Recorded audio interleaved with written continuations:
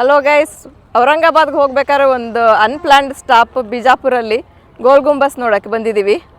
ಔರಂಗಾಬಾದ್ಗೆ ಹೋಗಬೇಕಾದ್ರೆ ಹೈವೇಯಿಂದ ಗೋಲ್ ಗುಂಬಸ್ ಕಾಣಿಸ್ತು, ಸೊ ನೋಡ್ಕೊಂಡು ಹೋಗೋಣ ಅಂತ ಹೋಗ್ತಾ ಇದ್ದೀವಿ.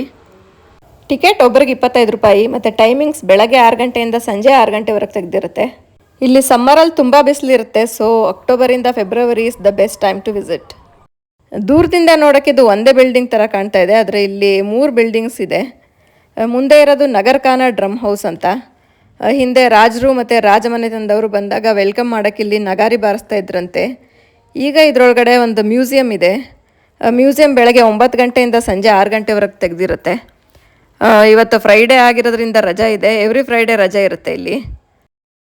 ಲಾಸ್ಟ್ ಟೈಮ್ ಬಂದಾಗ ಇದರೊಳಗಡೆ ಹೋಗಿದ್ದೆ. ಒಳಗಡೆ ಆದಿಲ್ ಶಾಹಿ ಸುಲ್ತಾನ್ಸ್ ಯೂಸ್ ಮಾಡ್ತಾ ಇದ್ದ ವಸ್ತುಗಳು, ವೆಪನ್ಸ್, ಆರ್ಮರಿ ಮತ್ತು ಯುದ್ಧದಲ್ಲಿ ಹಾಕೋತಾ ಇದ್ದ ರಕ್ಷಾ ಕವಚಗಳು, ಪಿಂಗಾಣಿ ಸಾಮಾನುಗಳೆಲ್ಲ ಇದ್ದಾವೆ.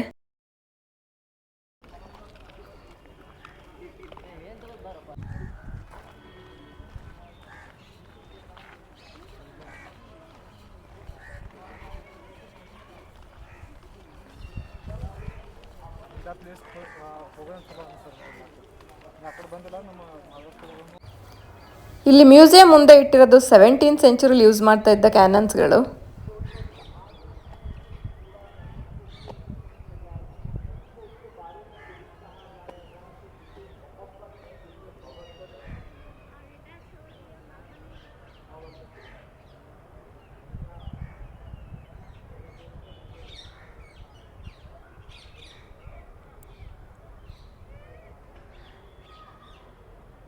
ಇದು ಸೆಕೆಂಡ್ ಬಿಲ್ಡಿಂಗ್. ಇದ್ರ ಹಿಂದ್ಗಡೆ ಗೋಲ್ ಗುಂಬಸ್ ಇದೆ.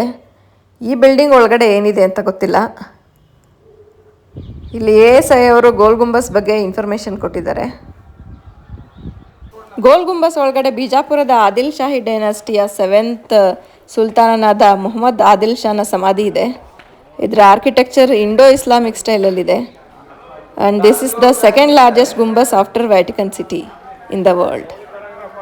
ಇದನ್ನು 17th ಸೆಂಚುರಿಲಿ ಕಟ್ಟಿರೋದು. ಎಲ್ಲ ಸೈಡಲ್ಲೂ ಈ ಥರದ್ದು ಒಂದೊಂದು ಮೀನಾರ್ಗಳಿದೆ. ಅದರೊಳಗಡೆ ಸ್ಟೆಪ್ಸ್ ಇದೆ.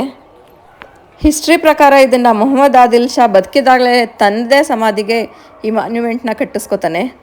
ಇದನ್ನು ಕಟ್ತಾ ಇರಬೇಕಾದ್ರೆ ಅವನು ಸತ್ತೋಗ್ತಾನೆ. ಸೊ ಅವನ ಸಮಾಧಿನ ಇಲ್ಲೇ ಮಾಡಿದ್ದಾರೆ ಇದರೊಳಗಡೆ. ಮತ್ತು ಇಲ್ಲಿ ಕಾಣ್ತಾ ಇರೋದು ಒಬ್ಬರು ಸಂತರ ಸಮಾಧಿ.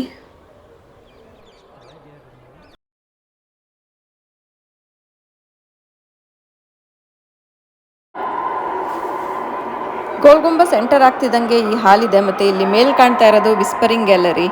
ಅಲ್ಲಿಗೆ ಹೋಗ್ಬೇಕಾದ್ರೆ 7 ಫ್ಲೋರ್ಸ್ ಹತ್ಕೊಂಡು ಹೋಗಬೇಕು.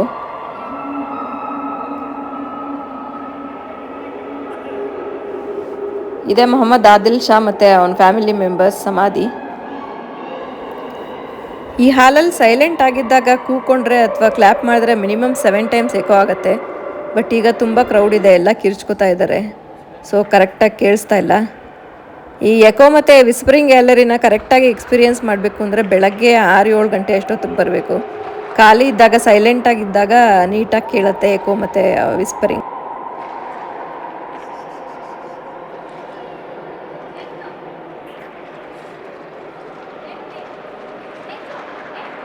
ಇದು ಹಾಲಿಂದ ಮಿನಾರ್ಗೆ ಹೋಗೋಕ್ಕೆ ದಾರಿ. ಆಗಲೇ ಹೇಳ್ದ ಹಾಗೆ ಮಿನಾರ್ ಒಳಗಡೆ ಮೇಲಿಗೆ ಹೋಗೋಕ್ಕೆ ಸ್ಟೆಪ್ಸ್ ಇದೆ.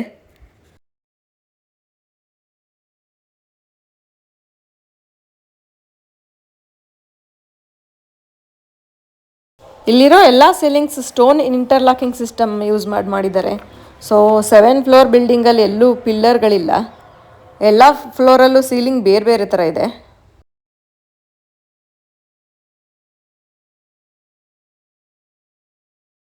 ಸ್ಟೆಪ್ಸ್ ಒಂದೊಂದು ಅಡಿ ಎತ್ತರ ಇದೆ, ತುಂಬ ಎತ್ತರ ಇದೆ. ಸೊ ಕಾಲು ನೋವು ಇರೋರು ಮತ್ತು ಬ್ರೀತಿಂಗ್ ಇಶ್ಯೂಸ್ ಇರೋರು ಸ್ವಲ್ಪ ನೋಡ್ಕೊಂಡು ಹತ್ತಿ.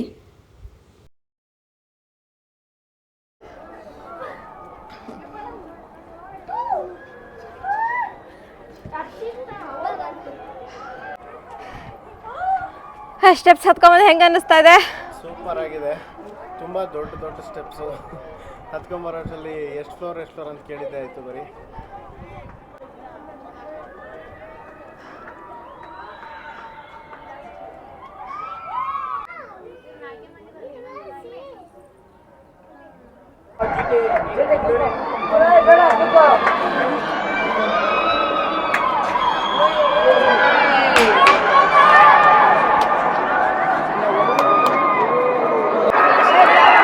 7th ಫ್ಲೋರಲ್ಲಿ ವಿಸ್ಪರಿಂಗ್ ಗ್ಯಾಲರಿ ಇದೆ. ಇಲ್ಲಿ ಒಂದು ಸೈಡ್ ಗೋಡೆಯಲ್ಲಿ ಮೆಲ್ಲಗೆ ಮಾತಾಡಿದ್ರೆ ಅಪೋಸಿಟ್ ಸೈಡ್ ಗೋಡೆಯಲ್ಲಿ ಕಿವಿ ಕೊಟ್ಟು ಕೇಳಿದ್ರೆ ಕೇಳಿಸುತ್ತೆ.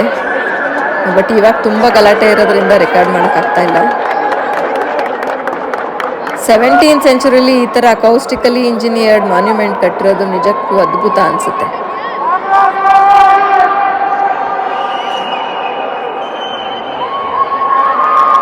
ಮೇಲಿಂದ ನೋಡಿದ್ರೆ ಸಮಾಧಿ ಈ ಥರ ಕಾಣುತ್ತೆ.